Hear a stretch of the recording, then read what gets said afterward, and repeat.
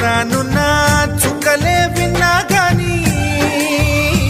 కదిలించలేదా కాస్త కూడా నీ మనసుని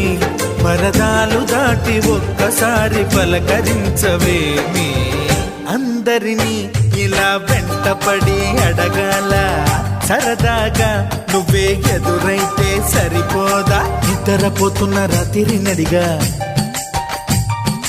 గుటికి చేరిన గువ్వల నడిగా